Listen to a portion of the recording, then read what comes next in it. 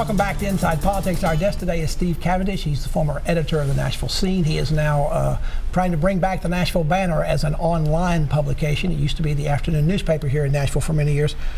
So, Steve, how much money are you going to need to raise before you start? When am I going to be able to go online and see the Nashville Banner? We're going to have to raise several $1 million. We've been out talking to a lot of people, having a lot of good conversations right now. Any updates on how much money you've raised so far? I will be back here first to tell you, Pat, when we have a number. But we're going to be a nonprofit, and we're going to disclose everything, so you'll be able to see exactly where our funding's coming from. But you're getting a good response so far. And is this going to be like an endowment, or is this like a rainy day fund? No, this is going to be the best way to think about this is kind of philanthropic venture capital. You would need venture capital to start any business. This is a business like anything else. It's just that we're going to be filed as a 501c3 nonprofit. And deductions are and contributions are deductible. Contributions will be deductible there. But what we want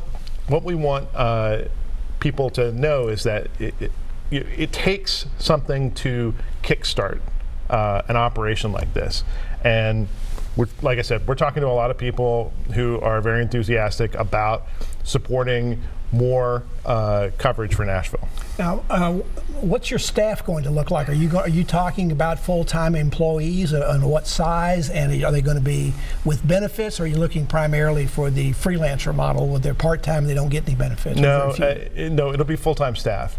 And I think the reason why is because the most expensive thing in news is time. And you have to pay for people's time.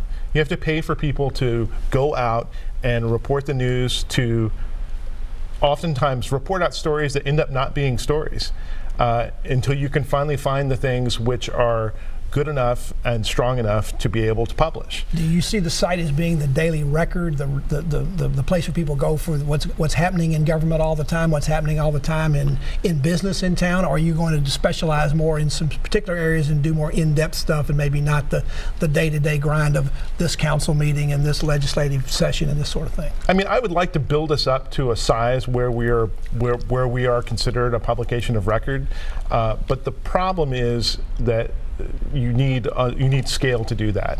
We're not going to start with a staff big enough in order to kind of cover every bit of on-the-record news in Nashville, but I think we're going to do the things which are the most important to people, and try to answer some of those little d democratic questions. Almost every media outlet has their own website, so everybody's now your competition, including WPLN, Channel 5, and obviously the Banner, and obviously the Tennessean, and the City Paper, and the Scene, your former employment. Sure.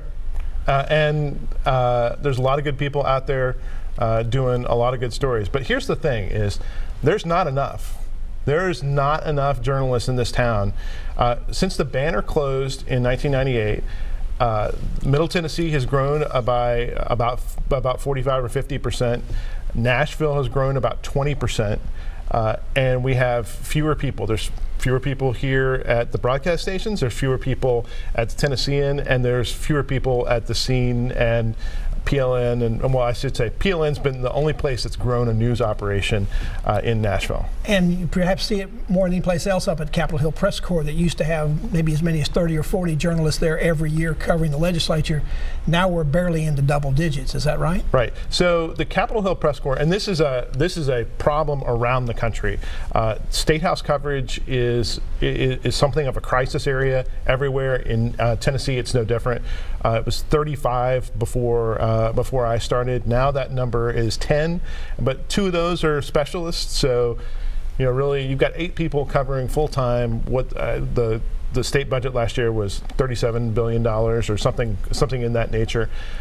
That's not enough people to provide accountability for the amount of government that we have. But your goal eventually, with the way you're operating your business model for the Nashville Banner, you're hoping that much like NPR and the public stations, people will support it because they like what they hear and they think it's important for the community to have this kind of outlet. Is that right? Do you think there's enough money out there to do that? Absolutely. I think that there is a groundswell of people out there who are willing to pay for nonpartisan, deeply reported contextual news. Will you also be featuring op-ed pieces? Will you be doing your own editorials? We will not.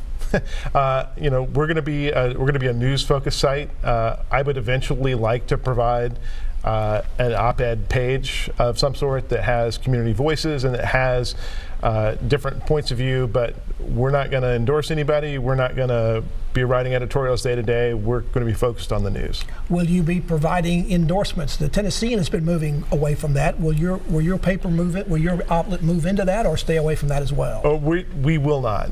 In part because as a nonprofit, we're not allowed to endorse. And so that's good. But partially, I think the endorsement process is broken in a way at many newspapers that you're seeing at the Tennessean. If you're going to have an endorsement system, you should endorse someone, left, right, whatever, you know, however it is your editorial page falls down. What you saw in the last couple of elections is the Tennessean abdicating that responsibility. And if they're not going to endorse someone for senator or for governor or for you know, in some of the races that are most important to people, then get out of the business. This may seem strange to ask this line of questioning, but one of the outlets right now at the Nashville Post, they have a sports division. Mm-hmm. Tennessean appears to be further getting out of the day-to-day sports reporting. They indicated at this point that if the scores come in after 6 o'clock at night or 8 o'clock at night, they're not going to put them in the paper the next day. They don't do a lot of that even right now. So do you plan to do sports, and how do you do sports in a way that is meaningful when you've got so many other things to do just in the news area? I don't think we can do sports, at least not to start out with, for a lot of different reasons. One, it's expensive to do if you're going to do it right. But secondly, there's a lot, if you're a Titans fan in town, for instance, you have a lot of really good options, not the least of which is Jim Wyatt, who works for the team, who used to be the Tennessean's beat writer, who is still a pretty darn good beat writer, even though he's working for them.